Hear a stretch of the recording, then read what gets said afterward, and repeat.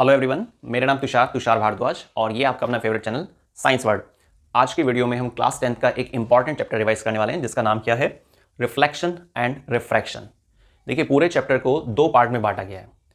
First part reflection है और second part refraction है। अब इसमें काफ़ी सारे टॉपिक हैं, लेकिन जैसा कि आपको मालूम है अभी एग्जाम काफ़ी नज़दीक आ चुके हैं और तो ऐसे टाइमिंग पर क्या करना होता है, हमें इंपॉर्टेंट टॉपिक्स को डिस्कस करना होता है, ठीक है, और कम से कम समय में, और कोशिश करनी होती है कि सारे इंपॉर्टेंट टॉपिक को हम रिवाइज कर पाए। ठीक, देखिए बेसिक रूल क्या होता है कि आप स्टार्टिंग में फुल डिटेल में लेके चलिए, चैप्टर्स को, न्यूमेरिकल्स को, हर एक चीज़ को सारा कवर कीजिए। लेकिन जैसे जैसे एग्जाम नज़दीक आते हैं तो एग्जाम के ड्यूरेशन में, ठीक है, या एग्जाम से जस्ट पहले, तो हमें शॉर्ट मटेरियल चाहिए होता है ताकि कम समय में हम पूरे चैप्टर को एक बार रिवाइज कर लें। ठीक, तो डिटेल वीडियो आप सबने देखी होगी। डिटेल वीडियो लाइट चैप्टर की सभी इंपॉर्टेंट टॉपिक पर बनाई गई है और आपने उसको यूज़ भी किया होगा। ठीक, लेकिन आज की वीडियो में हम उसको रिवाइज कर रहे हैं कि लाइट चैप्टर को हम कैसे कम से कम समय में सारे इंपॉर्टेंट टॉपिक्स डिस्कस कर सकते हैं। तो चलिए स्टार्ट करते हैं लाइट चैप्टर, जिसमें सबसे पहला एक टॉपिक आता है वो है ल्यूमिनस एंड नॉन ल्यूमिनस। ठीक है, फर्स्ट टॉपिक है हमारा luminous and non luminous. Second, types of mirror. Third,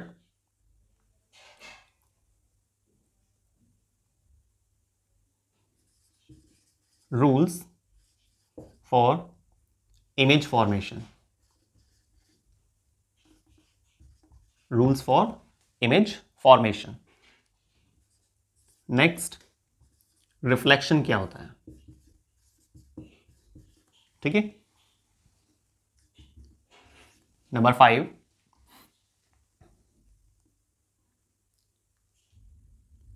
what should be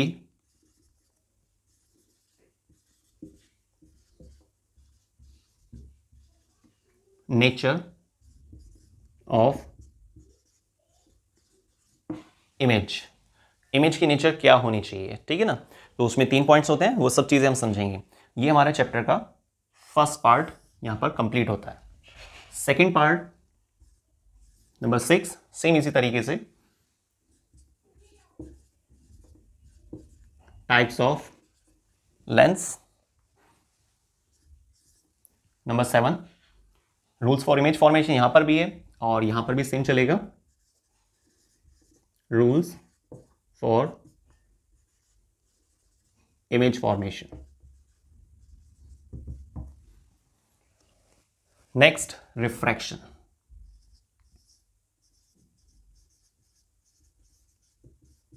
refraction number 9, image formation.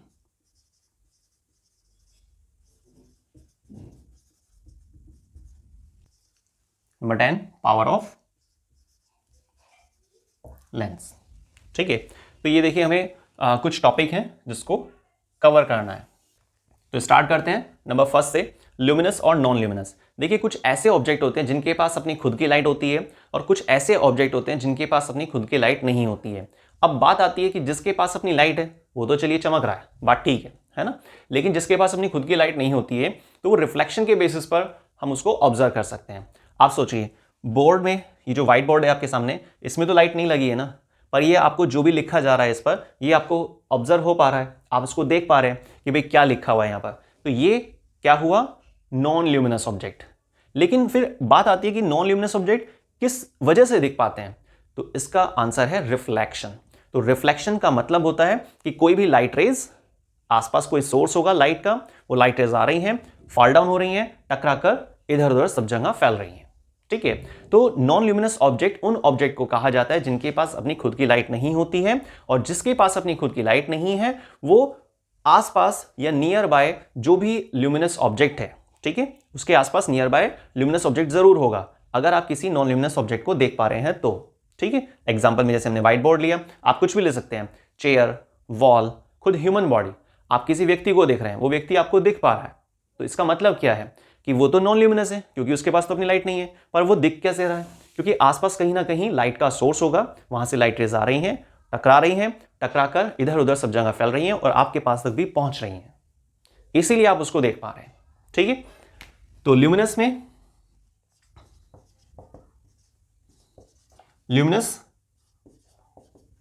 Object, इसमें आपको एग्जांपल क्या लेना चाहिए, जैसे कि स्टार्स के पास अपनी खुद की लाइट होती है, ठीक है ना। सन भी एक नियर बाय स्टार है, ठीक। फायरफ्लाई ले सकते हैं, फायरफ्लाई, जुगनू।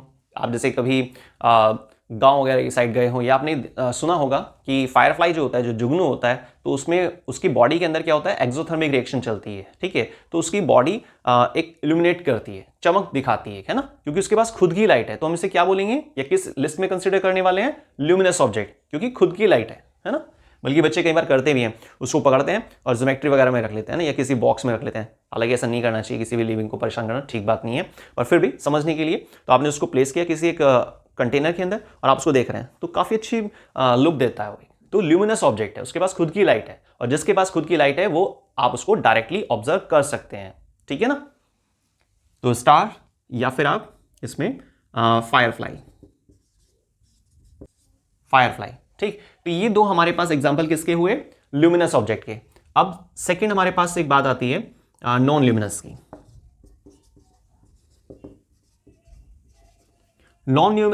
ये जो नॉन ल्यूमिनस ऑब्जेक्ट है, इसका मतलब क्या है कि भाई जिसके पास अपनी खुद की लाइट नहीं है, ठीक है, जिसके पास अपनी खुद की लाइट नहीं है वो नॉन ल्यूमिनस ऑब्जेक्ट होता है। और ऐसे ऑब्जेक्ट को अगर आप देखना चाहते हैं तो, और वो आपको दिख भी पा रहा है, तो इसका मतलब सीधा सा है कि कहीं ना कहीं आसपास लाइट का सोर्स होगा, वहां से लाइट रेज आ रही होंगी, light rays incident means incident ray वहां तक पहुंचेंगी, उस नॉन ल्यूमिनस ऑब्जेक्ट की सरफेस तक टकराएंगी, टकराने के बाद फिर वो वापस आएंगी, जिसको हम क्या बोलते हैं, रिफ्लेक्टेड रे, ठीक है। तो इस तरीके से वो चीज आपको दिख पाती है। आसपास बहुत सारे एग्जाम्पल है ना। व्हाइट बोर्ड ही लिख लेते हैं एग्जाम्पल में। जैसे आपके सामने ये व्हाइट बोर्ड है, आप वो लिख सकते हैं, या फिर चेयर, ह्यूमन बॉडी लिख लीजिए आप। तो ये कुछ भी एग्जाम्पल आप लिख सकते हैं, ठीक है। अब जैसे मून है, मून को आप सोचिए किसमें लिखे हम, क्या हम उसको ल्यूमिनस में माने, भाई मून तो दिखाई देता है ना, चमकता है, बल्कि रात को आप देखते भी हैं, पर मून के पास अपनी खुद की लाइट नहीं है, इसलिए हम उसे किस में लिस्ट में रखना चाहिए, नॉन ल्यूमिनस में। किस में आएगा, नॉन ल्यूमिनस के लिस्ट में। तो इस तरीके से आपके पास ये अलग अलग एग्जांपल्स होने चाहिए, आपको मीनिंग क्लियर होना चाहिए कि ल्यूमिनस किसको बोलते हैं और नॉन ल्यूमिनस किसको कहते हैं। ये हमारा फर्स्ट टॉपिक कंप्लीट हुआ, ल्यूमिनस और नॉन ल्यूमिनस ऑब्जेक्ट किसे कहा जाता है, ठीक। अब स्टार्ट करते हैं नंबर सेकंड, ठीक है। Types of mirror. देखिए टाइप्स ऑफ मिरर, चलिए पहले हेडिंग डाल देते हैं, number second, types of mirror. अब देखिए मिरर के टाइप्स को स्टार्ट करने से पहले हमें मिरर मालूम होना चाहिए ना। मिरर के लिए आप एक यहां पर छोटा सा फ्लो चार्ट बना सकते हैं। मिरर को आप दो पार्ट में बांट दीजिए, स्फेरिकल मिरर, प्लेन मिरर, ठीक है। स्फेरिकल मिरर और प्लेन मिरर। प्लेन मिरर तो हम सबको मालूम है ही, हम सबके घर में भी होता है, आपने भी अभी स्टार्टिंग में भी यूज़ किया होगा। दिन में ज़्यादा नहीं तो 3-4 बार तो हम देखते ही हैं ना प्लेन मिरर, कि भाई हम फ्रंट से कैसे लग रहे हैं, साइड से, ये वो सब चीज़ जो भी है, ठीक है, वो आप समझ गए हैं। तो प्लेन मिरर, ठीक, जिसका मैग्निफिकेशन 1 होता है। ये मैं भी आपको क्लियर करा दूंगा, मैग्निफिकेशन वगैरह ये सब चीज़ें क्या है, बस आप वीडियो को बिना स्किप करे ध्यान से देखिए, है ना। तो स्फेरिकल मिरर, स्फेरिकल मिरर में ऐसे दो पॉसिबिलिटी होती हैं, कॉन्वेक्स, कॉनकेव, ठीक है। तो कॉनकेव और कॉन्वेक्स, ये दो तरह के हमारे पास स्फेरिकल मिरर होते हैं। अब बात आती है कि भाई ये जो कॉन्वेक्स मिरर है, कॉन्वेक्स मिरर की स्ट्रक्चर कैसी होती है ना। कॉन्वेक्स मिरर में आप इस तरह से डिजाइन बनाएंगे,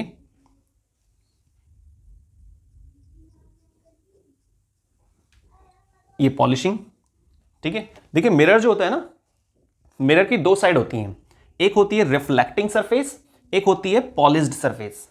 अब लेफ्ट हैंड, ठीक है, लेफ्ट हैंड की साइड तो हम उसको क्या बोलते हैं, रिफ्लेक्टिंग सरफेस है, और राइट साइड में क्या है, पॉलिश्ड सरफेस है ना। यहां पर एक ऐसे स्ट्रेट लाइन डाली जाती है, इसको बोलते हैं प्रिंसिपल एक्सिस। प्रिंसिपल एक्सिस जिस पॉइंट पर कट करती है ना, किसको? मिरर को। तो उसको क्या बोलेंगे? पोल पॉइंट। क्या बोलते हैं इसको? पोल पॉइंट। इन सभी सिंबल्स को ना हम लास्ट में लिख लेंगे, जो भी इंपॉर्टेंट फॉर्मूला है उन सबको कलेक्ट कर लेंगे एक साथ।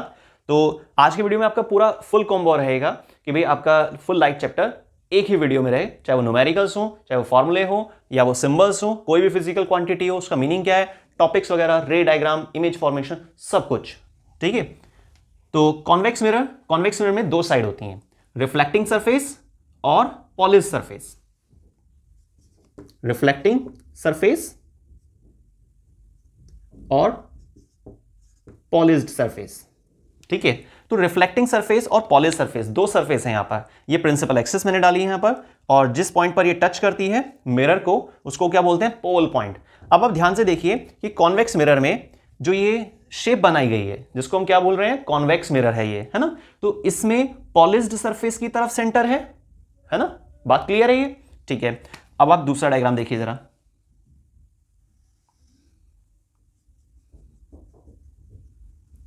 इसकी शेप ऐसे होती है, ये फिर से वही सेम प्रिंसिपल एक्सिस, ये पोल पॉइंट। अब आप ध्यान से देखिए, यहां पर भी वही दो साइड होती हैं, रिफ्लेक्टिंग सरफेस, पॉलिश सरफेस, है ना। तो रिफ्लेक्टिंग सरफेस की तरफ सेंटर होना चाहिए और यहां पर पॉलिश्ड सरफेस की तरफ सेंटर होना चाहिए। उसको लिख लेते हैं बल्कि, है ना। ये इसका सेंटर है, और भाई सर्कल है तो सेंटर तो होना ही है ना, ये तो बात फिक्स है। ये इसके लिए सेंटर है। तो ये मेन डिफरेंस बन जाता है किसमें? कॉन्वेक्स मिरर और कॉनकेव मिरर में।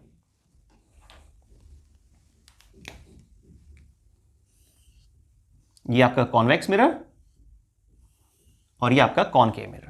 ठीक है। तो इसमें आपको ये ध्यान रखना होगा कि यहां पर पॉलिश सरफेस की तरफ सेंटर है और यहां पर रिफ्लेक्टिंग सरफेस की तरफ सेंटर होता है। ये मेन डिफरेंस होता है। ठीक है। बाकी आप इसमें एग्जांपल्स के जरिए भी ले सकते हैं, जैसे आपने स्पून वगैरह का देखा होगा, है ना। कि स्पून में कैविटी होती है ना, जिसमें मटेरियल लोड करते हैं, फटाफट फटाफट निपटा देते हैं, वही वाली कैविटी है ना।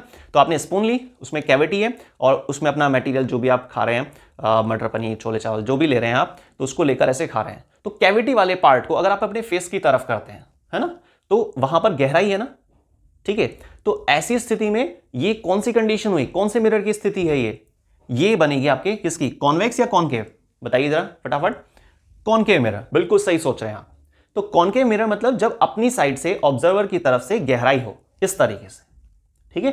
अब आपने क्या किया? उस स्पून को टर्न कर दिया, जो उसमें ओपेकनेस थी, और कैविटी वाले पार्ट को दूर रखा और उभार वाले हिस्से को अपने फेस की तरफ रखा। तो अब ऐसी स्थिति में कौन सी कंडीशन आ रही है? Convex mirror. ठीक है। तो कौन सी कंडीशन आ रही है इसमें? Convex mirror. तो आपको ये बात ध्यान रखनी होगी कि कॉनकेव मिरर जिसमें जो रिफ्लेक्टिंग सरफेस होती है वो सेंटर की तरफ रहती है, और कॉन्वेक्स मिरर जो होती है उसमें पॉलिश सरफेस सेंटर की तरफ रहती है। ये सबसे बड़ा डिफरेंस है इसमें।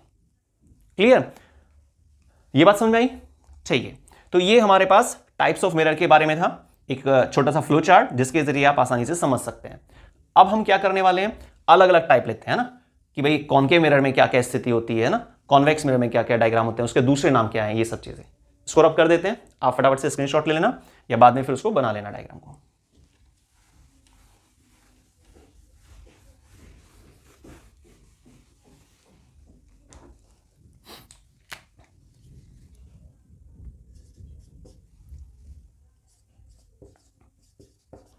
Concave mirror.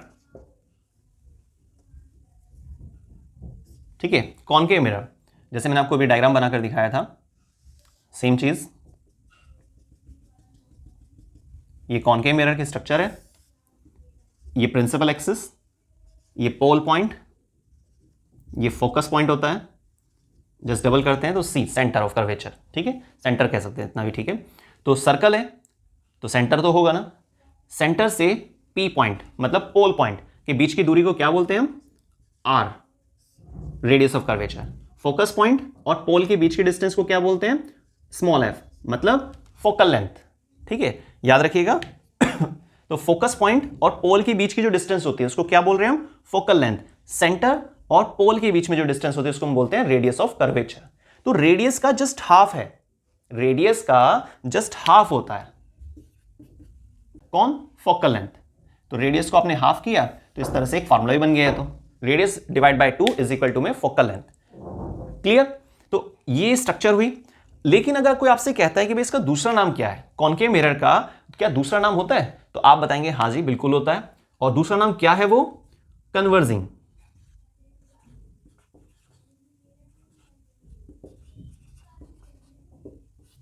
Converging mirror. तो अब इसको कन्वर्जिंग मिरर क्यों कह रहे हैं, है ना? सोचने वाली बात। क्या इसका कोई डायग्राम है जिसको देखकर हमें पता चल जाए कि हाँ भाई कन्वर्स कर रहा है रेज को? कन्वर्स मतलब जैसे मानो मोर देन वन रेज आ रही है ना, 4 या 5 या 10 रेज आ रही हैं, सभी की सभी रेज पैरेलल चल रही थी और आगे जाके वो किसी पॉइंट पर मिल रही हैं। तो ये क्या कन्वर्स कर दिया किसी चीज ने, और वो चीज क्या है? Concave mirror. और देखिए डायग्राम क्या होता है इसके लिए, ये आपसे पूछा जाता है तो आप ऐसा डायग्राम बना सकते हैं। जितनी बार आप डायग्राम बनाएंगे उतनी प्रैक्टिस हो जाएगी और उतनी ही एक्यूरेसी के साथ आपके पास वो डायग्राम बनेगा भी और साथ में रिजल्ट भी अच्छा आएगा। ये पोल पॉइंट, ये सेंटर, ये बातें याद रखिएगा। सी और पी के जस्ट हाफ पर आपको फोकस पॉइंट दिखाना होता है ना। इसमें आप स्केल से मेजरमेंट कीजिएगा। हाँ तो मैं इसको ऐसे अंदाजे से ले रहा हूं कि भाई इतना, और ये जो चीजें बराबर होनी चाहिए आपस में, है ना, अदरवाइज डायग्राम गलत हो जाएगा फिर। ये देखिए कोई रेज आ रही है प्रिंसिपल एक्सिस के पैरेलल, टकराती है, टकराने के बाद फोकस से पास आउट हो जाती है। इसी तरीके से नीचे की तरफ से भी कोई रेज आ रही है, टकराती है और टकराने के बाद फोकस पॉइंट से पास आउट होती है। तो सारी रेज एक पॉइंट पर मिल रही है ना, फोकस पॉइंट पर, तो इसलिए हम इसे क्या बोल रहे हैं? Converging mirror. क्या बोलते हैं इसको? Converging mirror. ये बात क्लियर हुई। ये पता चला आपको कि भाई पी क्या होता है, एफ क्या होता है, कैपिटल और स्मॉल में क्या डिफरेंस है, आर क्या है, यहां पर सी क्या है। सी सेंटर ऑफ कर्वेचर है, एफ फोकस पॉइंट है, स्मॉल एफ फोकल लेंथ है जो रेडियस का जस्ट हाफ होता है ना, रेडियस ऑफ कर्वेचर का जस्ट हाफ होता है। और पी क्या है? पोल पॉइंट है। पी क्या है? Pole point. ठीक है। अब पोल पॉइंट क्या है? जब प्रिंसिपल एक्सिस टच करती है आपके मिरर को, तो उस पॉइंट को हम क्या बोलते हैं? पोल पॉइंट कहते हैं। ठीक है, चलिए ये सब बातें क्लियर हो गई। अब हम अगला इसमें पार्ट लेते हैं बी, है ना, कॉन्वेक्स मिरर। जैसे ये कंडीशन है, डायग्राम वगैरह है, इसी तरह से आपके पास कॉन्वेक्स मिरर में भी होता है। ये भी हमारा कौन सा टॉपिक चल रहा है? Number second, types of mirror. याद रखिएगा।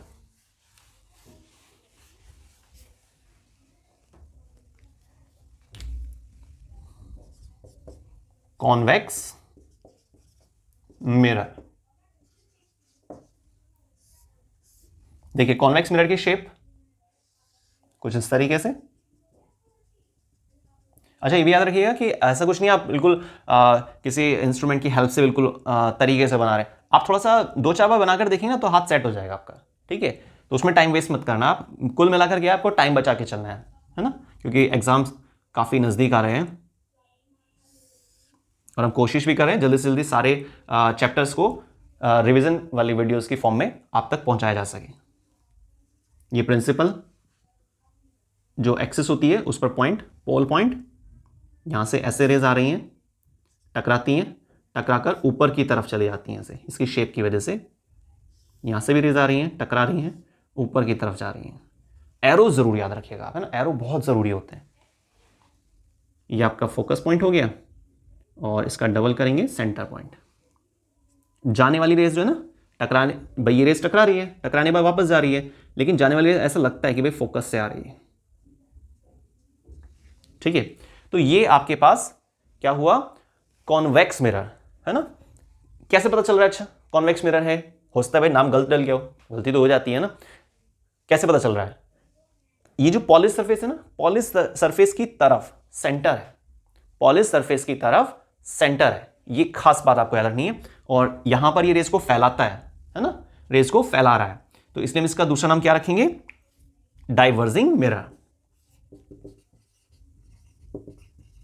Diverging mirror.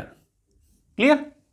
तो ये आपका बी पार्ट कंप्लीट हुआ कि भाई डाइवर्जिंग मिरर क्यों कहते हैं, तो आपको यहां पर ऐसा डायग्राम बना देना है।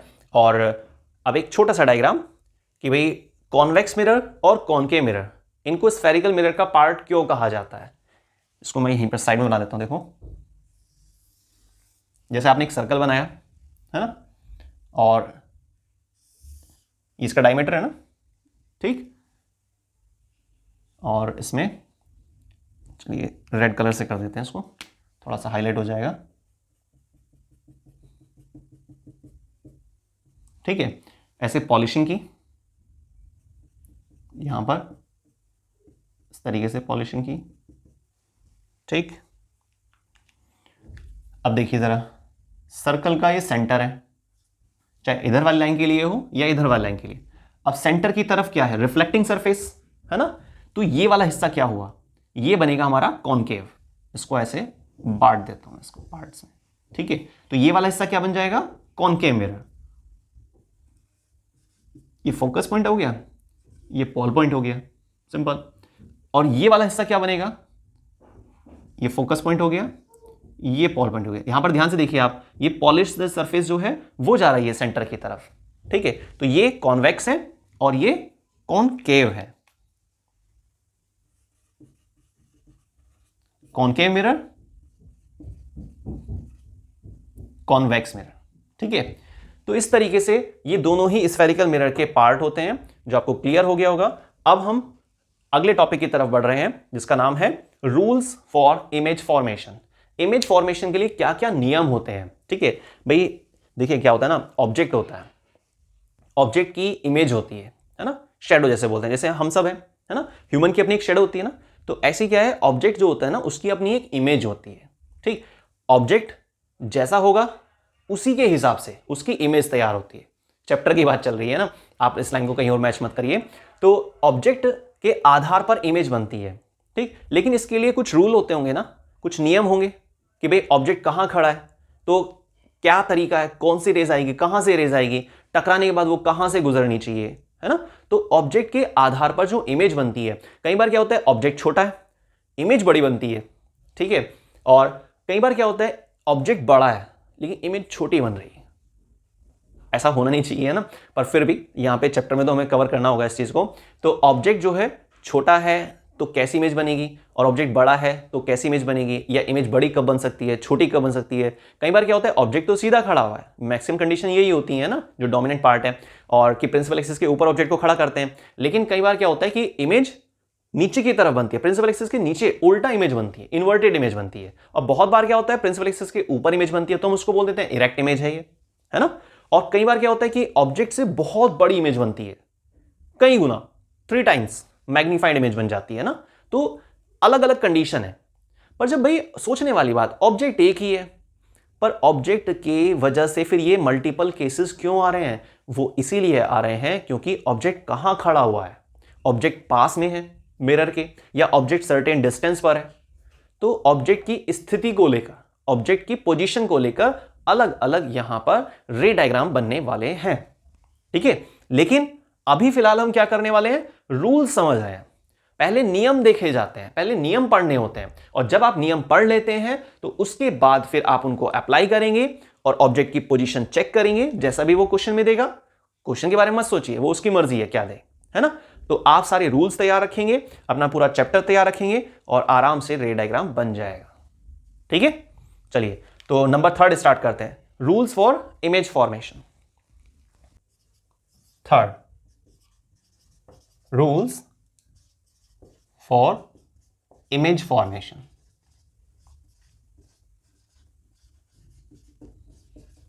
रूल्स फॉर इमेज फॉर्मेशन, लेकिन यहां पर तो 2 पार्ट्स होने चाहिए, ए और बी, क्योंकि कॉनकेव के लिए अलग सीन होता है और कॉन्वेक्स के लिए अलग होता है ना। तो यहां पर हम 2 पार्ट कर देते हैं उसके।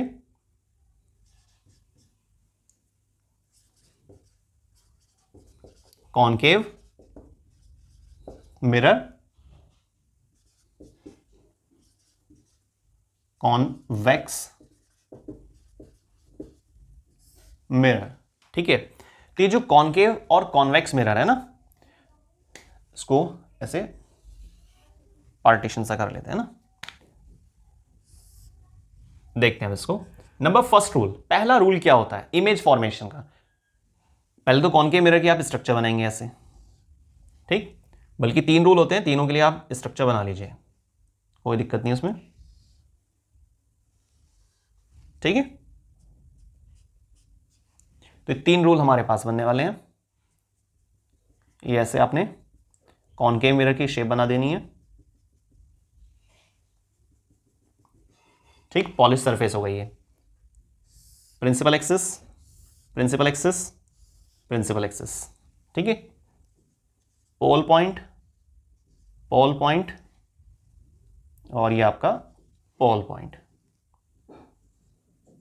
Focus just double centre, centre of curvature, focus point, same यहां पर भी आपको दिखाना है सेंटर और ये फोकस पॉइंट। ठीक है, अब सबसे पहला रूल क्या होता है?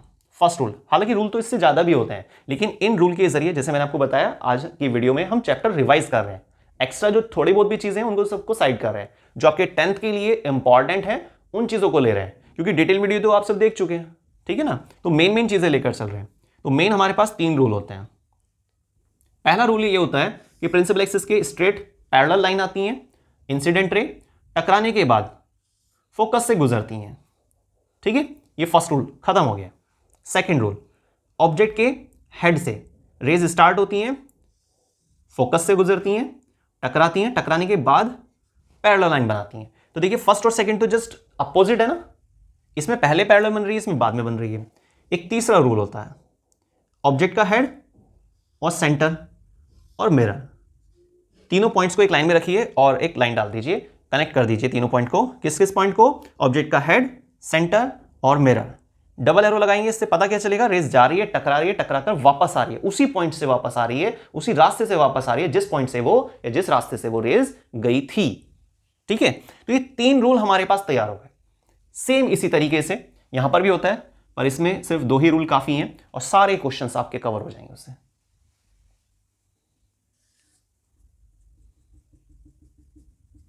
ये कॉन्वेक्स, ये तो डाउट नहीं है ना कि कॉन्वेक्स वो है या ये, मैंने आपको बताया था ना स्टार्टिंग में, रिफ्लेक्टिंग सरफेस सेंटर की तरफ है तो वो कॉन्केव होता है, और पॉलिश सरफेस अगर सेंटर की तरफ है तो उसे क्या बोलते हैं? कॉन्वेक्स बोलते हैं।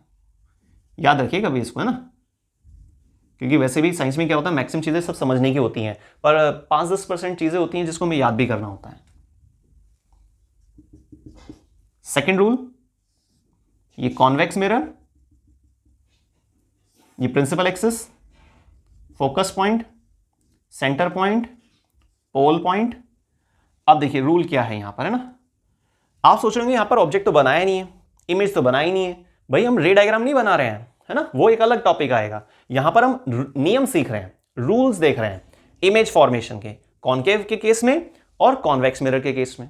ठीक है, फिर इन नियमों का हम इस्तेमाल करेंगे और उसके बाद फिर आपको बताया जाएगा कि भाई कैसे इमेज बनती है, कहां ऑब्जेक्ट को खड़ा करना होता है और कैसे उसकी इमेज बन पाएगी, पर लेकिन इन नियमों का इस्तेमाल करना होगा।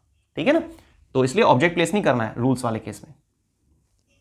पहला रूल, ऑब्जेक्ट के हेड से रेज स्टार्ट होती है, टकराती है और टकरा कर ऊपर की तरफ ऐसे चली जाती है, लेकिन ऐसा लगता है, एक्चुअल नहीं है, ऐसा लगता है कि फोकस से रेज आ रही है। नेक्स्ट, ऑब्जेक्ट के हेड से रेज स्टार्ट होती हैं, टकराती हैं, पैरेलल नहीं आ रही है, देखिए ये पैरेलल थी, ये पैरेलल नहीं है, और ऐसा लगेगा जैसे कि रेज सेंटर से आ रही है ना। तो ये 2 रूल होते हैं कॉन्वेक्स मिरर के केस में। तो ये रूल्स फॉर इमेज फॉर्मेशन, ये टॉपिक भी हमारा कंप्लीट हुआ। ठीक, टाइप्स ऑफ मिरर हम पहले ही कर चुके हैं, रूल्स वाला राउंड भी कंप्लीट हो गया है। अब एक टॉपिक का गैप रहेगा, उसके बाद फिर हम इन नियमों को इस्तेमाल करना सीखेंगे।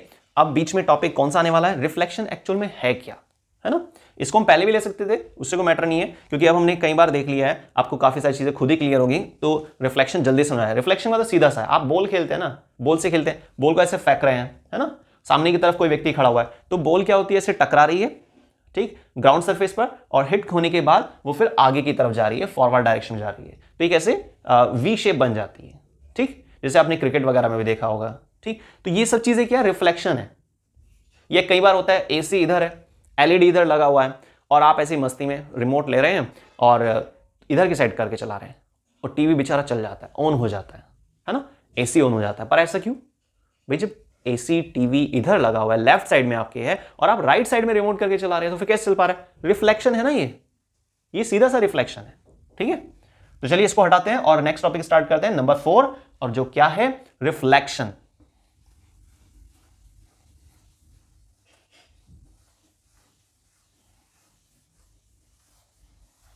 तो रिफ्लेक्शन का चलिए डेफिनेशन सुनते हैं इतने मैं इसको रब करता हूं कि भाई रिफ्लेक्शन होता क्या है। रिफ्लेक्शन एक ऐसी फिनोमेना होती है जिसमें coming light rays first strike coming light rays first strike with the plane polish surface. जरूरी नहीं है वैसे प्लेन पॉलिश सरफेस, लेकिन फिर भी आप, ये मैं अभी आपको क्लियर करा दूंगा इसको टॉपिक को खत्म करने की जस्ट बाद में, ठीक है। तो फिलहाल के लिए कि reflection is a phenomena in which the coming light rays first strike with the plane polish surface and then sending back into the same medium, sending back into the same medium. तो उस process को क्या बोलते हैं? Reflection कहते हैं। यहां पर दो रेज होती हैं, एक आने वाली रेज, ठीक है, सरफेस तक पहुंचने से पहले, इंसिडेंट रे, ठीक, टकराती है प्लेन पॉलिश सरफेस से, टकराने के बाद बाउंस बैक या sending back into the same medium, कोई भी ऐसी लाइन डाल सकते हैं आप, या फिर रिफ्लेक्टेड रेज। तो इंसिडेंट रे टकरा रही है, फिर रिफ्लेक्ट मतलब टकराने के बाद वापस जा रही है। तो ये प्रोसेस जो है ना, इसको रिफ्लेक्शन कहते हैं। लिखते हैं एक बार, नंबर 4 रिफ्लेक्शन। रिफ्लेक्शन की डेफिनेशन आपने अभी सुनी, ठीक है।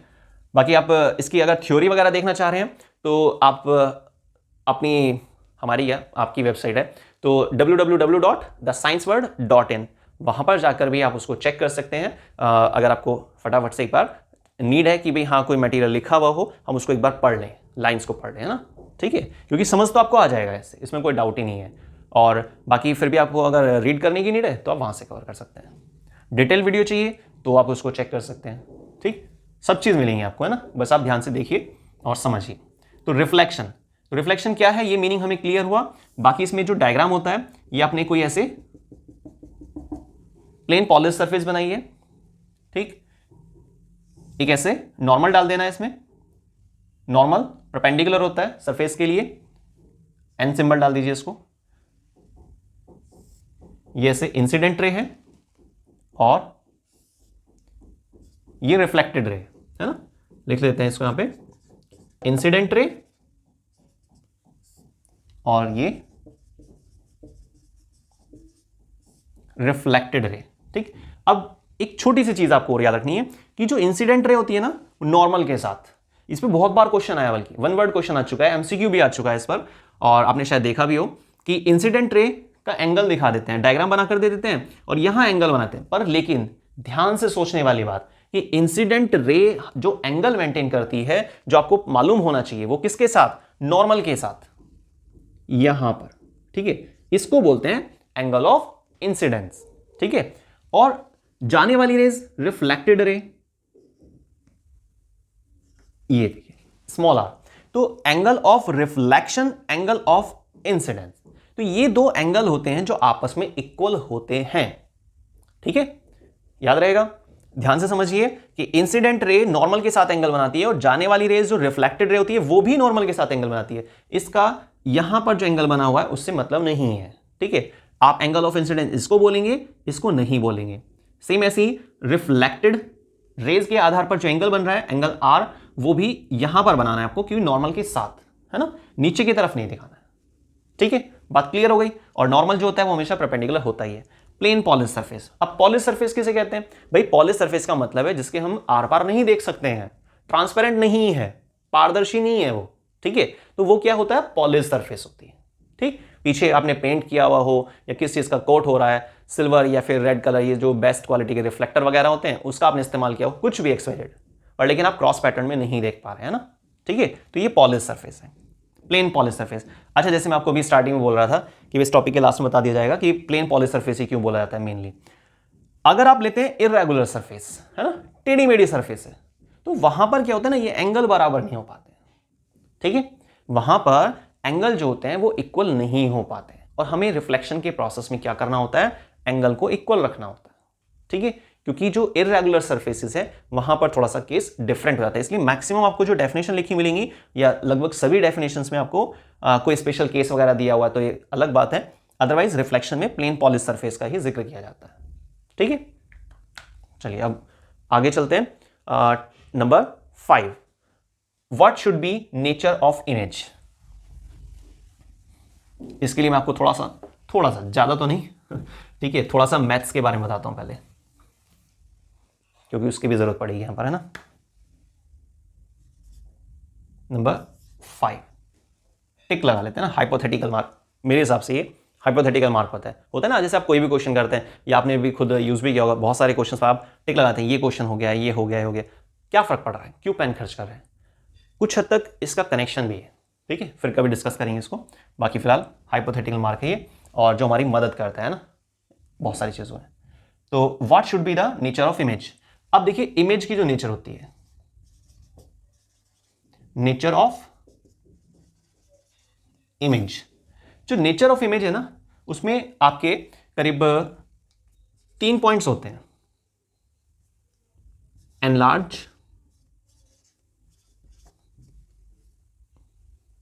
एनलार्ज, और इसके जस्ट अपोजिट चलता है डिमिनिश, डिमिनिश। एक आपका होता है इरेक्ट, इसके जस्ट अपोजिट चलता है इन्वर्टेड। नेक्स्ट आता है रियल और वर्चुअल, ठीक है। तो ये हमारे करीब 3 पॉइंट्स हैं जिसमें अलग अलग पॉसिबिलिटी होती हैं। अब हमें वही सेलेक्ट करना होता है कि भाई हम कैसे सेलेक्ट करें, है ना, कि कौन सा यहां पर हमें सेलेक्ट करना हो या करना चाहिए, ठीक है। तो देखिए जैसे मैथ्स में एक आपने कार्टेशियन इक्वेशन का ग्राफ देखा होगा, इस तरीके से एक प्लस का साइन बना दिया जाता है ना, ये उसका एक ओरिजिन पॉइंट मान लेते हैं, ओ ओरिजिन पॉइंट, ठीक है। ये आपका एक्स एक्सिस होती है, ये वाई एक्सिस होती है माइनस में, ये प्लस, और ये वाई पॉजिटिव, और ये आपका एक्स नेगेटिव। तो कुछ इस तरीके से होता है। अब सोचिए हमें क्या बताना है, हेडिंग क्या है, ऑब्जेक्ट की नेचर नहीं बतानी है, ऑब्जेक्ट के आधार पे तो इमेज बनती है, ऑब्जेक्ट का तो मालूम है ही, पर इमेज जो बनकर आएगी ना वो बतानी है, ठीक है, सही है। तो अब यहां पर ऑब्जेक्ट की जो नेचर बता रहे हैं, तो ये 3 पॉइंट्स हैं, आपने नोटिस किया होगा तीनों ही पॉइंट्स में 2-2 पॉसिबिलिटी आ रही है ना। तो इन दोनों में से कौन सा सेलेक्ट करना है, इसमें से कौन सेलेक्ट करना है, इसमें से कौन सेलेक्ट करना है, तो तीनों ही पॉइंट्स में से एक एक आप सेलेक्ट करेंगे तो टोटल 3 पॉइंट्स आपके कवर हो जाएंगे, है ना। नंबर्स देखते हैं तो ये आपके टोटल 6 वर्ड्स को यहां पे यूज किया जा रहा है।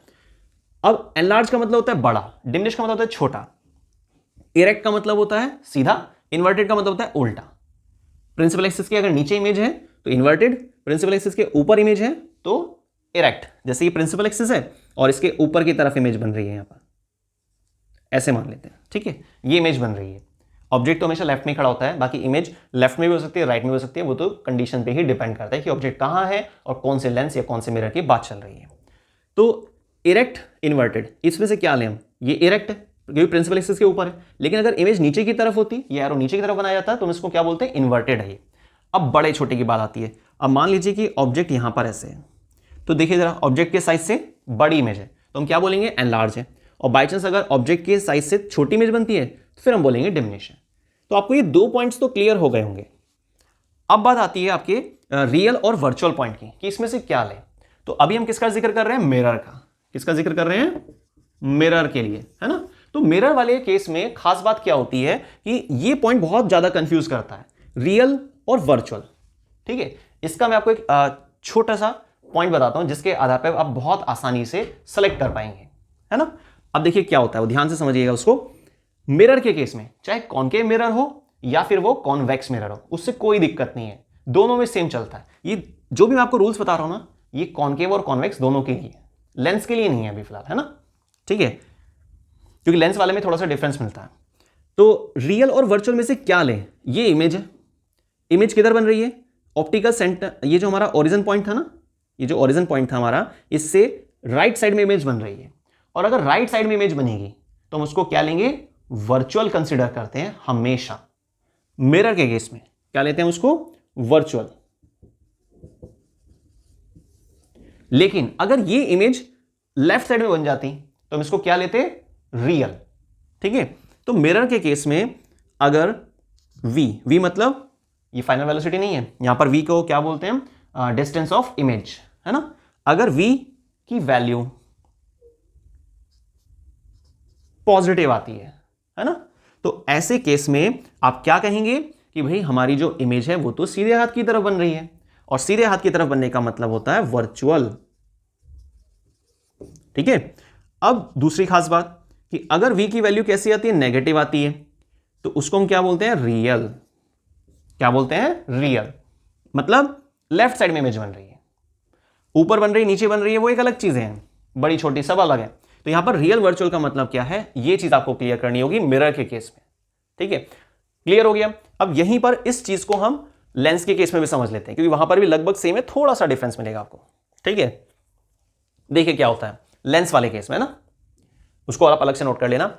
एनलार्ज और डिमिनिश को फाइंड करने का तरीका तो सेम है, कि भाई ऑब्जेक्ट से आप कंपेयर कीजिए कि भाई इमेज बड़ी है या छोटी है, बड़ी है तो एनलार्ज लिख दीजिए, छोटी है तो डिमिनिश लिख दीजिए, है ना। लेकिन दूसरा पॉइंट, इरेक्ट और इन्वर्टेड कैसे लेंगे, वो भी मिरर से मैच करता है, बिल्कुल सेम रूल। तो स्टार्टिंग के 2 पॉइंट्स को सेलेक्ट करने का तरीका सेम होता है, मिरर के लिए भी वही है और लेंस के लिए भी वही है ना। लेकिन डिफरेंस आता है थर्ड वाले पॉइंट में। मैंने आपको भी जैसे समझाया कि भाई मिरर के केस में अगर आप न्यूमेरिकल सॉल्व कर रहे हैं या रे डायग्राम देख रहे हैं, दो ही तरीके होते हैं इमेज की नेचर को फाइंड आउट करने के, या तो न्यूमेरिकल के बेसिस पर प्लस माइनस वैल्यूज के आधार पर पता चल जाता है, ठीक है, या फिर रे डायग्राम के बेसिस पर, है ना। तो अगर रे डायग्राम की बात आती है तो वहां पर आपने देखा कि इमेज का जो डायग्राम बना हुआ है वो कहां पर आ रहा है, सीधे हाथ की तरफ, मिरर के केस में। तो सीधे हाथ की तरफ मतलब पॉजिटिव, तो उसको वर्चुअल बोलते हैं। लेकिन यही चीज अगर लेंस की बात चलेगी तो रियल में कन्वर्ट हो जाएगी। तो लेंस में राइट साइड को रियल कहते हैं और मिरर में राइट साइड को, है ना, मिरर में राइट साइड को वर्चुअल कहते हैं। जस्ट इसका उल्टा करेंगे तो लेफ्ट साइड समझ जाएंगे आप। ठीक है, चलिए बाकी हम न्यूमेरिकल लेंगे तो उसमें आपको क्लियर हो जाएगा एग्जांपल के तौर पर। तो ये खत्म हुआ।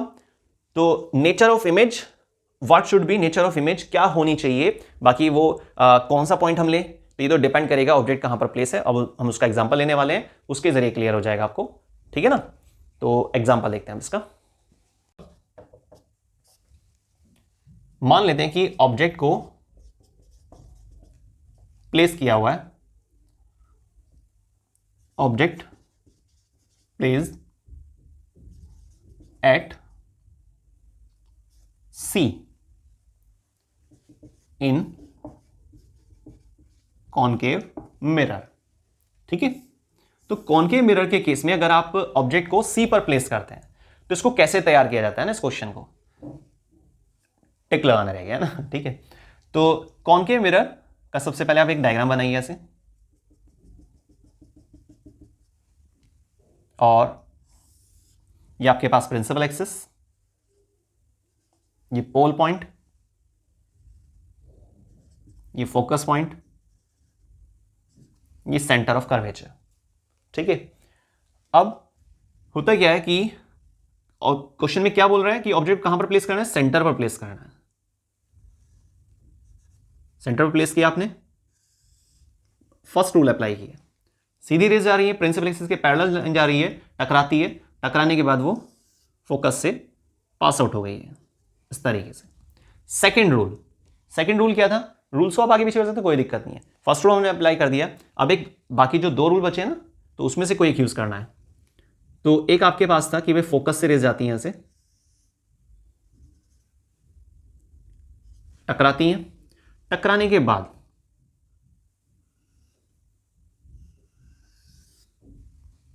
तिरछी लग रही है, चलिए आपको कोई बात नहीं, स्केल से आप बनाएंगे ना तो सही बनेगा डायग्राम।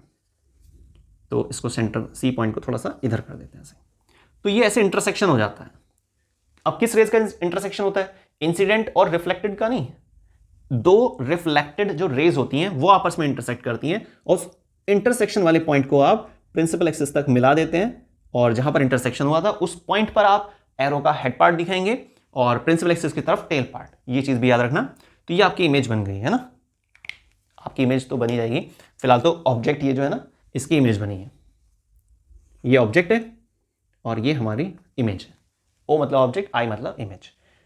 क्लियर हुआ। अब फटाफट से इसकी नेचर देखते हैं जरा, बताइए जरा नेचर क्या हो सकती है। ऑब्जेक्ट की नहीं बतानी है, इमेज की बतानी है। इमेज उल्टा है ना, नीचे की तरफ प्रिंसिपल एक्सिस के, इन्वर्टेड, सेम साइज लग रहा है तो कोई दिक्कत नहीं है, सेम साइज डाल दीजिए आप। अगर न्यूमेरिकल की बात चल रही होगी तो फिर वैल्यू से कंपेयर कर लेना कि भाई ये भी 10 है और ये भी 10 है तो सेम साइज है, अदरवाइज फिर छोटा बड़ा जो भी। तो सेम साइज, वैसे सी पॉइंट पर अगर ऑब्जेक्ट खड़ा होता है ना तो हमेशा इमेज सी पर ही बनती है, नीचे की तरफ बनती है। ये एक फिक्स भी नेचर है। कुछ शॉर्टकट पॉइंट्स भी होते हैं, उसके जरिए भी आप इसको याद कर सकते हैं। तो सेम साइज। अब last point, third point, real और वर्चुअल में से आपको सेलेक्ट करना है।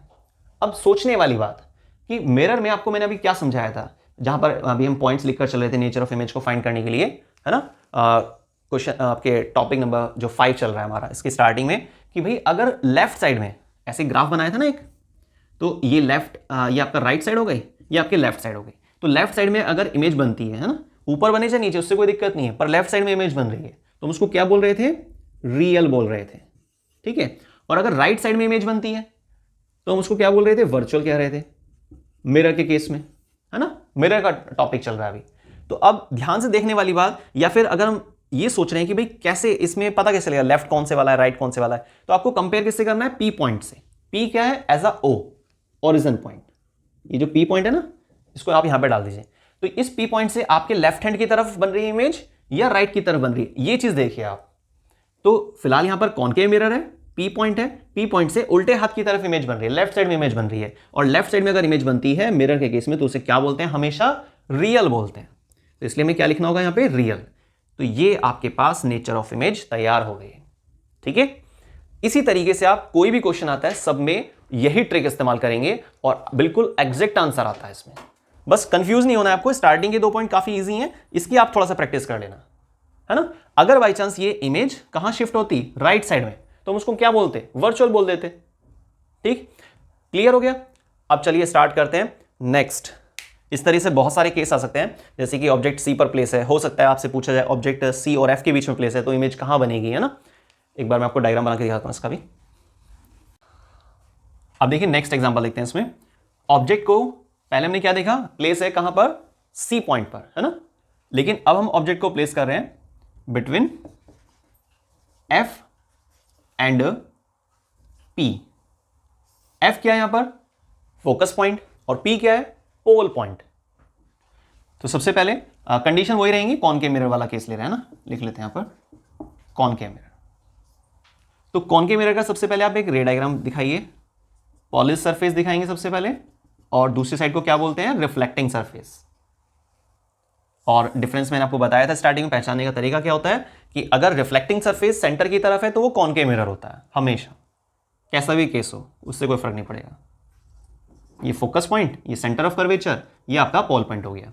अब क्वेश्चन में देखिए क्या दिया हुआ है, साफ साफ बोला हुआ है कि ऑब्जेक्ट को आपको प्लेस करना है कहां पर, एफ और पी के बीच में प्लेस करना है। तो आप यहां पर लगभग मिड में ऑब्जेक्ट को ऐसे प्लेस करेंगे।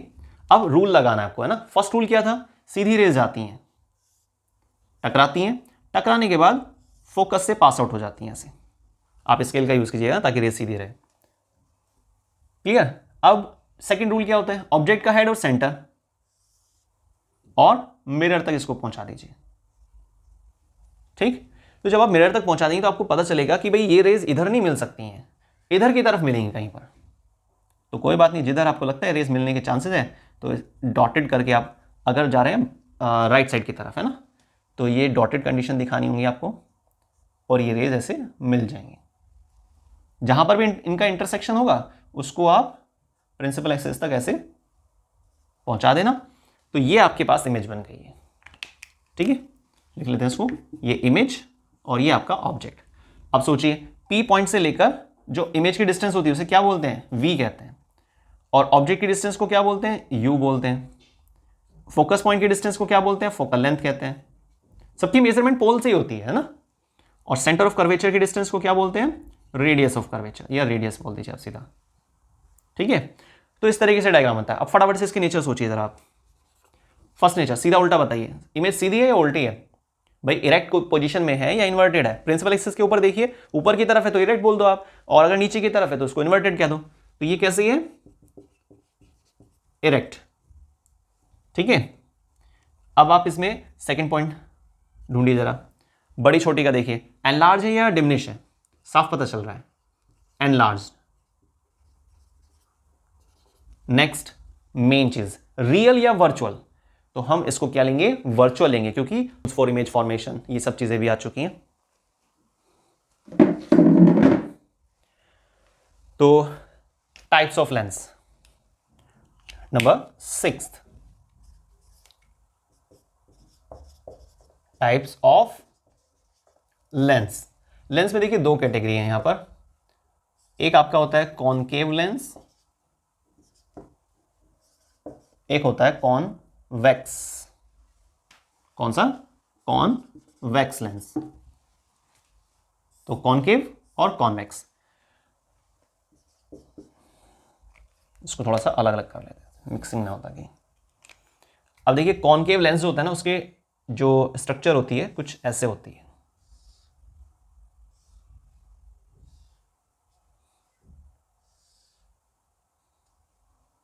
ये प्रिंसिपल एक्सिस, तरीका लगभग सेम ही रहेगा, है ना। ये प्रिंसिपल एक्सिस है, जहां पर इसको इंटरसेक्ट करती है तो उसको आप बोलेंगे ऑप्टिकल सेंटर। और इसमें चलिए रेज के जरिए समझा देता हूं आपको। ऐसे रेज आती हैं, टकराएंगी, टकरा कर ऐसे फैल जाती हैं, है ना। देखिए मैं आपको एक और चीज़ क्लियर कर देता हूँ, क्योंकि जैसे मैंने आपको स्टार्टिंग बताया था कि लाइट जो चैप्टर है ये आपका 12th में फिर से आता है ना। 10th की काफ़ी सारी चीज़ें 12th से मैच करती हैं, तो वहाँ पर ये रे ऑप्टिक्स, वेव ऑप्टिक्स इस तरीके से आपको एक यूनिट मिलेगी, तो उसमें मिलेगा। तो अगर आप वहाँ पर जाकर देखते हैं डिटेल डायग्राम, तो उसमें बेंडिंग जो है ना यहीं से स्टार्ट हो जाती है, और एक्चुअल भी वही है ना।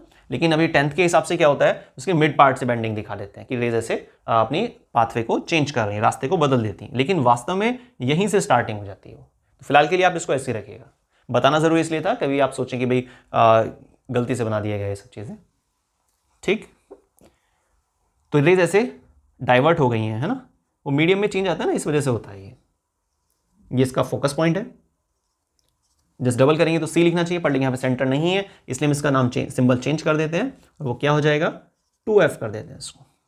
तो इसका मेन फोकस किधर है, जो एक्चुअल में इसका फोकस है वो लेफ्ट साइड में है, राइट साइड में नहीं होता है, ये भी याद रखिए, क्योंकि फोकल लेंथ इसी से पता चलती है। बताया था ना मैंने आपको अभी डायग्राम में कि भाई फोकल लेंथ कहाँ से कहाँ तक की डिस्टेंस को बोलते हैं, फोकस पॉइंट और ऑप्टिकल सेंटर के बीच के डिस्टेंस को क्या बोलेंगे, फोकल लेंथ। और ये किधर जा रही है, लेफ्ट साइड में। और लेफ्ट साइड क्या होता है, मैथ्स के ग्राफ के अकॉर्डिंग जो कार्टेशियन इक्वेशन का ग्राफ होता है वो माइनस वाला हिस्सा होता है सारा। तो फोकल लेंथ कैसी होती है कॉनकेव लेंस में, यहां पर लिख लेता हूं इसको, फोकल लेंथ होती है नेगेटिव, ठीक है, कॉनकेव लेंस में। तो ये रेज को फैला देता है, इसीलिए हम इसको क्या बोलते हैं, इसका दूसरा नाम क्या रखना चाहिए, डाइवर्जिंग लेंस। एक पॉइंट आपका ये हो गया, दूसरा पॉइंट डाइवर्जिंग लेंस बोलते हैं इसको, डाइवर्जिंग लेंस। अब इसी तरीके से जो कॉन्वेक्स लेंस होता है ना, कॉन्वेक्स लेंस की शेप कुछ इस तरीके की होती है, और ये प्रिंसिपल एक्सिस, ये आपका ऑप्टिकल सेंटर, ये ऐसे रेज आती हैं इसमें और ऐसे बैंड ले जाती हैं, जहां पर वो टच करती हैं प्रिंसिपल एक्सिस को, उसी पॉइंट को हम फोकस पॉइंट कहते हैं। और यहां से यहां तक की डिस्टेंस को क्या बोलेंगे हम, फोकल लेंथ, ठीक है। तो इसमें मेन फोकस किधर है, राइट साइड में। तो अब सोचिए जरा इसकी फोकल लेंथ कैसी होनी चाहिए, इसकी फोकल लेंथ होती है कैसे, पॉजिटिव। कैसे होती है, पॉजिटिव। और ये रेज को झुका रहा है, ये रेज को फैला रहा है, तो झुकाने वाले को क्या बोलेंगे, कन्वर्जिंग, कन्वर्जिंग लेंस है, ठीक है। एल लगा देते हैं कन्वर्जिंग लेंस। तो टाइप आपको क्लियर हुए कि भाई दो प्रकार के लेंस होते हैं, कैसे कैसे होते हैं, क्या उनके स्ट्रक्चर है, उसमें फोकल लेंथ किधर होनी चाहिए, आपकी प्लस होनी चाहिए, माइनस होनी चाहिए, इसका दूसरा नाम क्या है, ये सब बातें आपको क्लियर हो गई होंगे ना। तो यही हमारा जो था 6th टॉपिक था। अब हम लेते हैं rules for image formation, number 7।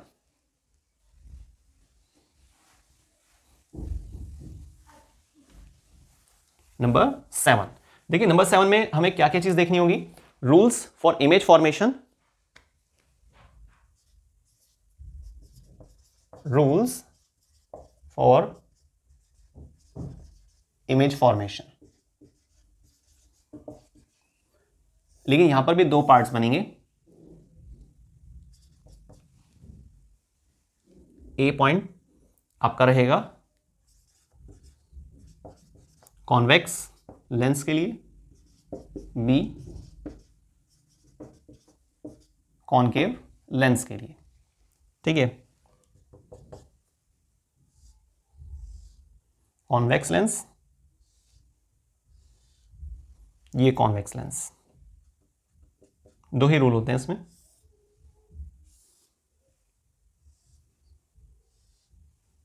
जैसे मैंने आपको बताया इसमें फोकस पॉइंट आगे की तरफ होता है और उसका जस्ट डबल करते हैं तो ये आपका बन जाएगा 2f।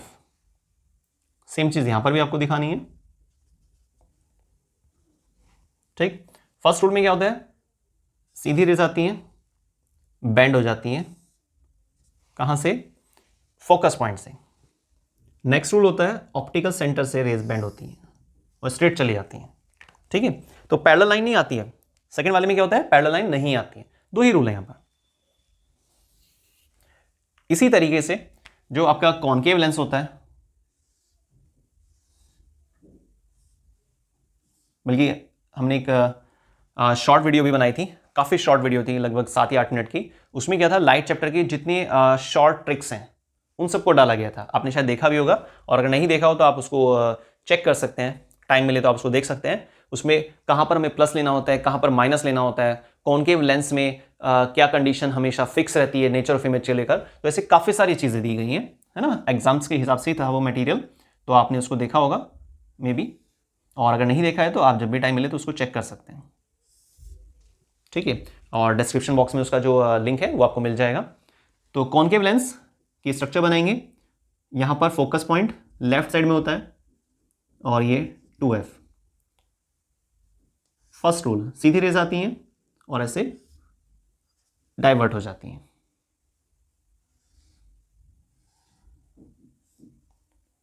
Second rule,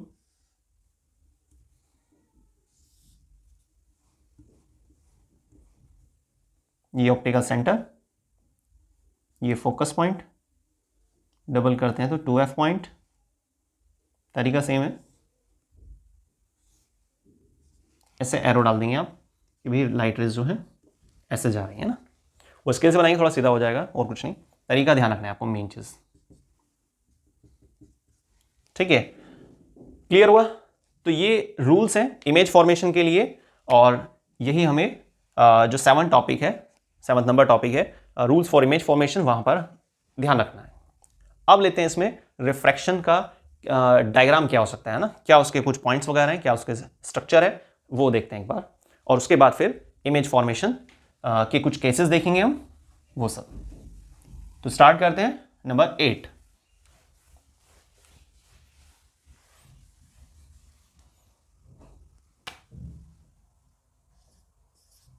refraction. देखिए, रिफ्रैक्शन का मतलब होता है दो मीडियम का इन्वॉल्वमेंट। रिफ्लेक्शन में क्या होता है, एक मीडियम का इन्वॉल्वमेंट होता है, लेकिन रिफ्रैक्शन में दो मीडियम का इन्वॉल्वमेंट दिखाया जाता है हमेशा। ठीक है, बल्कि एक काम करते हैं, इसमें डिफरेंस ले लेते हैं, वो और भी अच्छा रहेगा।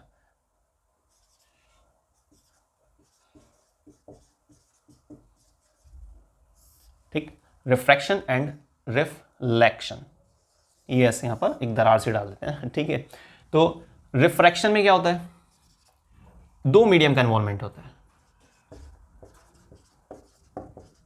ठीक, इसी के कंपैरिजन में, तो देखिए रिफ्रैक्शन में फर्स्ट पॉइंट हम क्या ले सकते हैं कि भाई दो मीडियम का इन्वॉल्वमेंट होता है। अगर आप बात करते हैं ना रिफ्लेक्शन की, तो यहां पर सिंगल मीडियम होता है, वन मीडियम सफिशिएंट रहता है, और बल्कि सेकंड मीडियम की कोई नीड नहीं होती, ना ही होता है वो। ठीक है, शॉर्ट में बात, यहां वन मीडियम है, यहां पर टू मीडियम होता है। अब एक second difference point, unpolished surface. Main बात, कैसे सरफेस होती है, अनपॉलिश सरफेस। भाई सोचने वाली बात है, अगर पॉलिश सरफेस होगी तो रेस क्रॉस कैसे करेंगे ना, टकरा कर वापस आ जाएंगे अगर पॉलिश सरफेस होगी। तो पॉलिश्ड का केस यहां पर होता है। ठीक है, पॉलिश्ड सरफेस। ठीक, थर्ड पॉइंट, रिफ्रैक्शन होता है थ्रू लेंस। लेंस, और ये होता है आपका किससे, थ्रू मिरर। क्लियर। एक और खास डिफरेंस, मेन डिफरेंस, वैसे तो बहुत सारे होते हैं पर मेन हम डिस्कस कर रहे हैं। तो रिफ्रैक्शन में आप बताएंगे angle I is not equal to angle R. यहां पर angle I is equal to angle R, always, हमेशा एंगल आई एंगल आर के बराबर होता है, यहां पर एंगल बराबर नहीं होते हैं। ये आई क्या होता है यहां पर, एंगल ऑफ इंसिडेंस, और ये एंगल ऑफ रिफ्रैक्शन। ये एंगल ऑफ इंसिडेंस और ये एंगल ऑफ रिफ्लेक्शन। ठीक है, क्लियर हुआ। तो ये डिफरेंस में बस चल गए। अब एक छोटा सा डायग्राम बनाते हैं फटाफट से, और जिसके जरिए हमें रिफ्रैक्शन के बारे में थोड़ा और पता चल पाएगा। बाकी उसमें आपको ये भी क्लियर हो जाएगा कि भाई एंगल बराबर क्यों नहीं होते हैं ना। थोड़ा सा रेयर मीडियम, डेंसर मीडियम, ये सब चीज़ें लेंगे हम। सभी चीज़ें किस में काउंट की जाएंगी? नंबर 8। मार्क लगाना रह जाता है ना। तो रिफ्रैक्शन ये हमारा चल रहा है अभी। ठीक है भाई, स्क्रीनशॉट आप ले लेना और रब कर देते हैं इसको। बच्चों तैयारी बहुत अच्छे से करना आप, और क्योंकि उसमें क्या होता है ना कि मार्क्स बड़े मायने रखते हैं ना, क्योंकि जितने अच्छे से आप तैयारी करेंगे उतने ही अच्छे से मार्क्स आएंगे। बस ये सोचिए कि आपके ही काम आने वाले हैं ये, और किसी के काम नहीं आएंगे। पेरेंट्स की भी मेहनत होती है, पढ़ाने वाले समझाने वालों की भी मेहनत होती है, और बच्चे की भी मेहनत होती है ना। तो आप प्लीज़ सबका ध्यान रखकर ही प्रैक्टिस कीजिए, है ना, टॉपिक्स की। तो अब देखिए यहाँ पर जो 8th है टॉपिक, वो हमारा है रिफ्रैक्शन। उसके लिए आप एक इस तरह से एक ग्लास स्लैब बना दीजिए, है ना। एक ऐसे ग्लास स्लैब दिखाएंगे, सही बनी है? हाँ ठीक है। यहां पर ऐसे एक नॉर्मल डालिए, यहां पर भी एक नॉर्मल डालिए। 2 सरफेस है ना, एक सरफेस ही है, एक सरफेस ही है। याद रखिए पॉलिशिंग नहीं है, तो ये इसको आप N1 बोल दीजिए, थोड़ा ठीक रहेगा। ये N2 कह देते हैं इसको।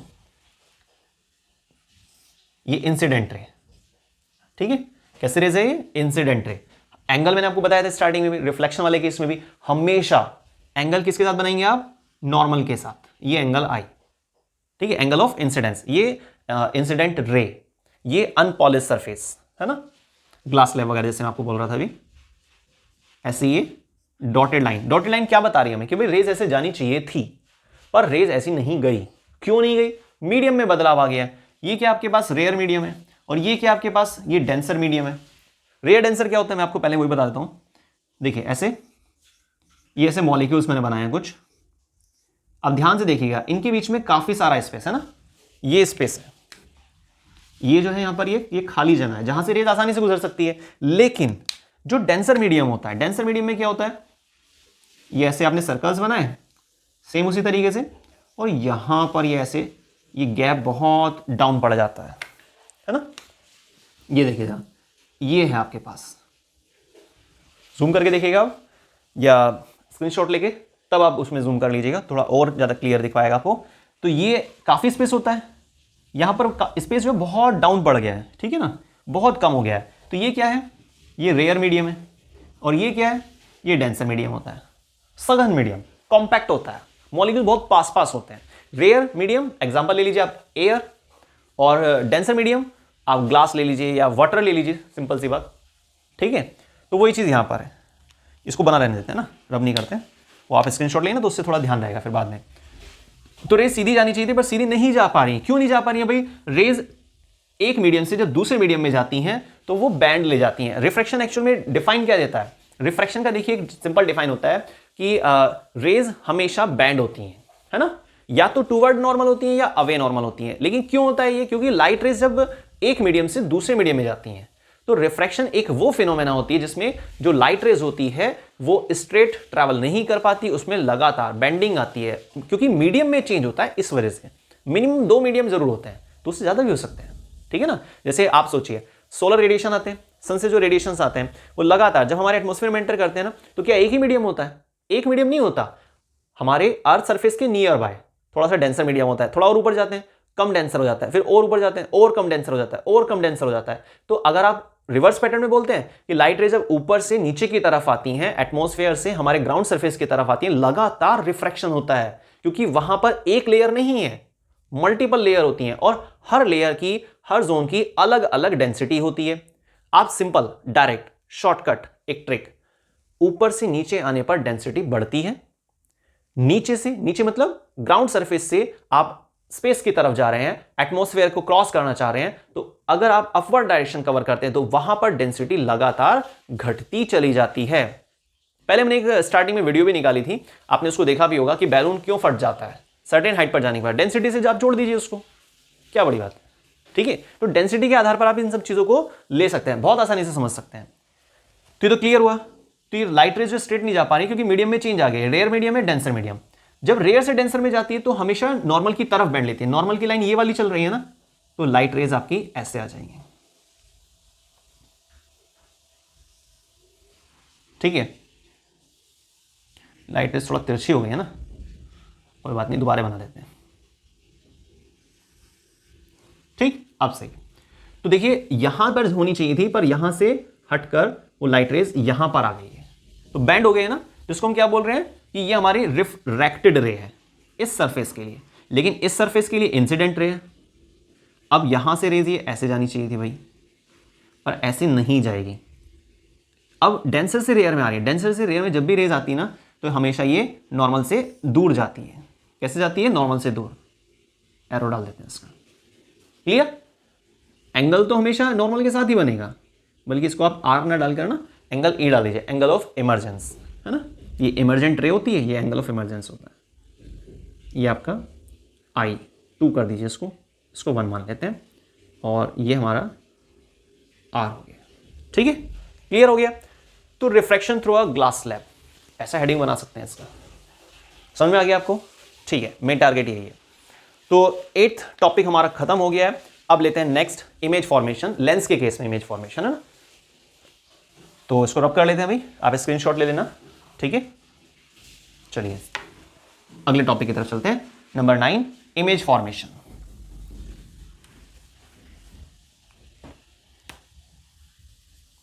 अब देखिए इमेज फॉर्मेशन की जब बात आती है, रूल्स हमने देख ही लिए हैं ना, कुछ एग्जांपल ले लेते हैं, उससे आपको क्लियर हो जाएगा। देखिए सबसे पहले लेते हैं हम कि ऑब्जेक्ट को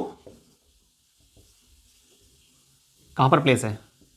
object place between F and O, optical centre और फोकस पॉइंट के बीच में ऑब्जेक्ट प्लेस है इन कॉन्वेक्स लेंस। ठीक है भाई, ये क्वेश्चन हमने बना लिया है, वो तो कोई भी क्वेश्चन मिले उससे कोई दिक्कत नहीं, हमें कैसे रूल्स को इस्तेमाल करते हैं ये चीज समझनी है।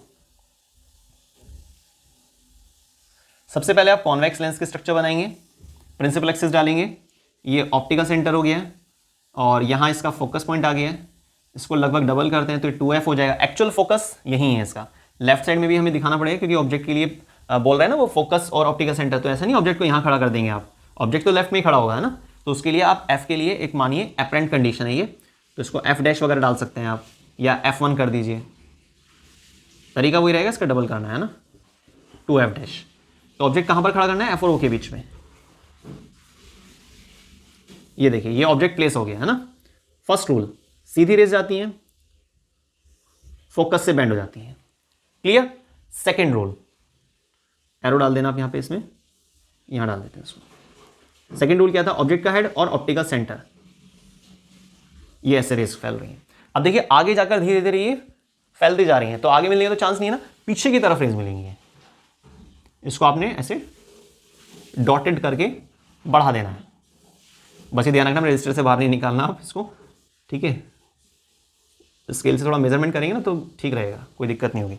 मैं इसको रेड कलर से बना देता हूँ। यहाँ पे यहाँ देखिए इंटरसेक्शन हुआ है, और जहाँ पर भी इंटरसेक्शन होगा आप उसको प्रिंसिपल एक्सिस तक पहुँचाएंगे, तो ये बन जाएगी आपके पास image.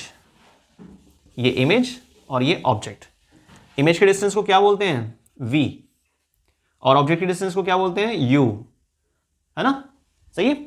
Focal length, focus point के डिस्टेंस को, तो ये सारी चीजें आ गई हैं। अब कोई अगर आपसे पूछता है साइन कन्वेंशन जैसे एक टॉपिक भी है इसमें, वो आपने देखा भी होगा, या फिर इसमें भी समझ सकते हैं हम, फोकल लेंथ कैसी है, प्लस या माइनस, तो सीधा सा मैथ्स का ग्राफ, ये आप ऑप्टिकल सेंटर डाल दीजिए इसको, इससे इधर जा रही है ना फोकल लेंथ, इसका मतलब प्लस, पॉजिटिव, ठीक है। यू कैसा होगा? प्लस माइनस, यू हमेशा माइनस, लेफ्ट में जा रहा है। वी इस केस में कैसा है? माइनस है, नेगेटिव है, क्योंकि लेफ्ट साइड में जा रहा है। तो ये साइन कन्वेंशन खत्म हो गई। साइन कन्वेंशन में कई बुक्स में क्या किया है ना, 2-2 पेज भर दिए हैं। अरे भाई ये तो 1 मिनट का टॉपिक भी नहीं है ना, सिंपल है। आपने एक ग्राफ ध्यान रखना है, ये कार्टेशियन इक्वेशन में जो ग्राफ होता है उसको अपने रे डायग्राम अगर आपको बनाना आ चुका है तो सोचिए आपको एक और टॉपिक पता चलेगा उसके साथ, साइन कन्वेंशन करनी आ जाती है। सिंपल है कि आपने प्लस माइनस देखना है कि फोकल लेंथ में प्लस लगाना है, या यू हमारा कैसा होना चाहिए, वी कैसा होना चाहिए, ये सब चीजें उसको बोल रहे हैं साइन कन्वेंशन। अब फटाफट से जरा इसकी नेचर बताइए आप क्या हो सकती है। प्रिंसिपल एक्सिस के ऊपर इमेज है तो क्या बोले इसको? इरेक्ट बोल देते हैं, सीधी है ना इमेज। नीचे होती तो हम उसको इन्वर्टेड कहते हैं। अब बड़ी इमेज बन रही है, देखिए कितनी बड़ी है, तो काफी बड़ी है, हाईली मैग्नीफाइड लिख दीजिए आप, या सिंपल मैग्नीफाइड लिख दीजिए, या एनलार्ज लिख सकते हैं। Main, last point, main point, real virtual में से बताइए आप। अब देखिए मैं आपको एक बार मिरर का टॉपिक याद करा देता हूं। मिरर में मैंने आपको बताया था कि अगर राइट साइड में, मिरर में राइट साइड में कोई सा भी मिरर हो, कॉनकेव कॉन्वेक्स, कोई दिक्कत नहीं है, तो अगर राइट साइड में इमेज बनती है तो हम उसको क्या बोल रहे थे, वर्चुअल कह रहे थे, ठीक है। लेकिन लेंस में अगर राइट साइड में इमेज बनी तो हम उसको क्या बोलेंगे, वर्चुअल का जस्ट उल्टा रियल बोलेंगे, ठीक। अब मिरर में लेफ्ट साइड में अगर इमेज बनती है तो हम उसको रियल कह रहे थे, लेकिन लेंस में अगर लेफ्ट साइड में इमेज बनेगी तो हम उसको क्या बोलेंगे, वर्चुअल बोलेंगे। तो ये इमेज हमारी कैसी हुई, वर्चुअल, ठीक है। तो ये नेचर ऑफ इमेज कंप्लीट हुआ। इसी तरीके से आप सारे केसेस को कवर कर सकते हैं। तो ये हमारा था टॉपिक 9। अब लास्ट आता है पावर ऑफ लेंस, है ना। पावर ऑफ लेंस देखते हैं फटाफट से।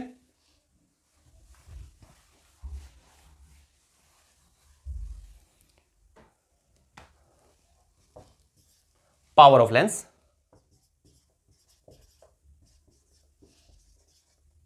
देखिए लेंस आपको मालूम है दो तरह के होते हैं, कॉनकेव लेंस और कॉन्वेक्स लेंस, है ना। इसके लिए एक फॉर्मूला होता है, P इज इक्वल टू में 1/f। P is equal to में 1/f। P क्या है, पावर, जिसकी लेंस के रेस्पेक्ट में जो बात कही जा रही है उसकी आप यूनिट क्या लेके चलेंगे, D। पावर ऑफ लेंस की यूनिट क्या होती है, D मतलब डायोप्टर, ठीक है। उसके लिए एक सिंबल है।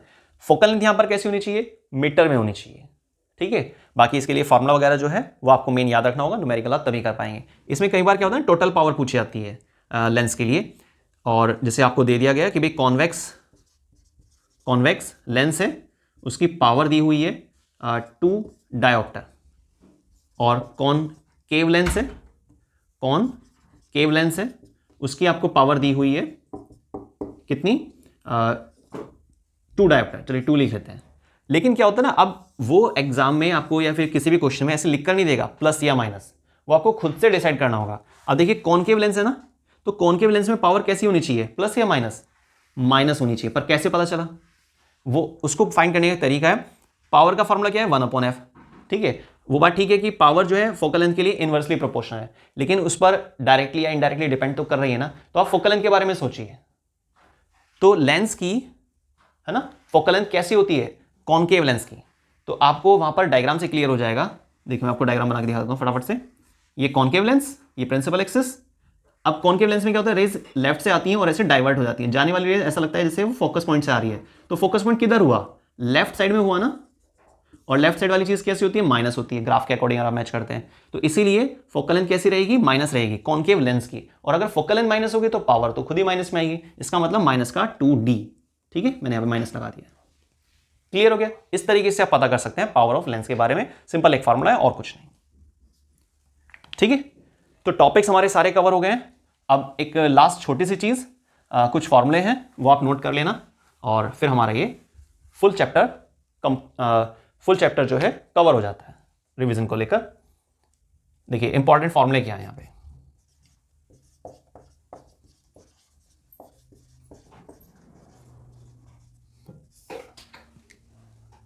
First mirror formula, 1/f is equal to 1/v plus 1/u। अगर कोई आपसे बोलता है ना मिरर फॉर्मूला, तो आपको ये ध्यान रखना होगा, ठीक है।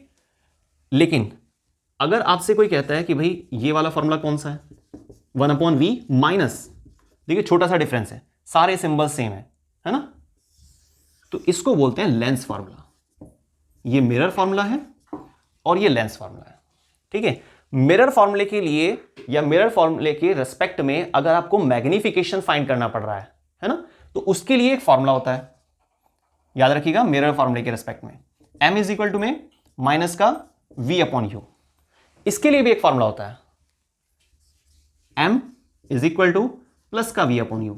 ये बड़ा कंफ्यूजन करता है हमेशा।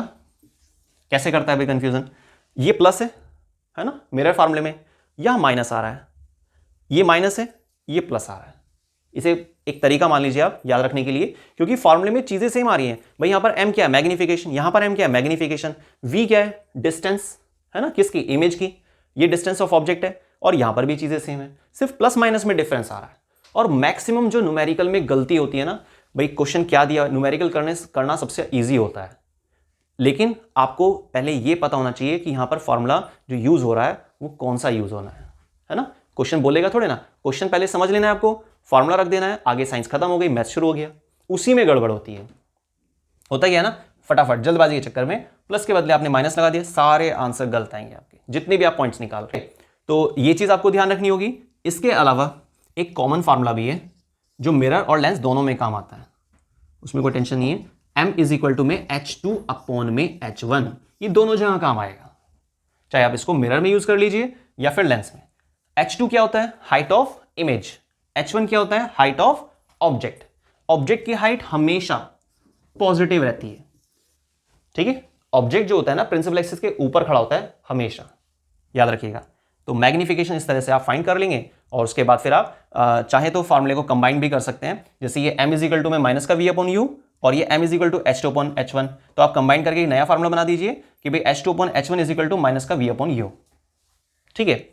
तो हमारा चैप्टर कंप्लीट हुआ, लाइट, रिफ्लेक्शन एंड रिफ्रैक्शन। तो प्लीज आपको अगर वीडियो पसंद आई, आपको टॉपिक्स क्लियर हुए, सच में आपने इससे कुछ हेल्प लिए, तो आप वीडियो को शेयर कीजिए, लाइक कीजिए, सब्सक्राइब कीजिए अगर आपने सब्सक्राइब नहीं किया है, और मैक्सिमम शेयर कीजिए। मिलते हैं नेक्स्ट टॉपिक के साथ नेक्स्ट वीडियो में, और तब तक के लिए धन्यवाद।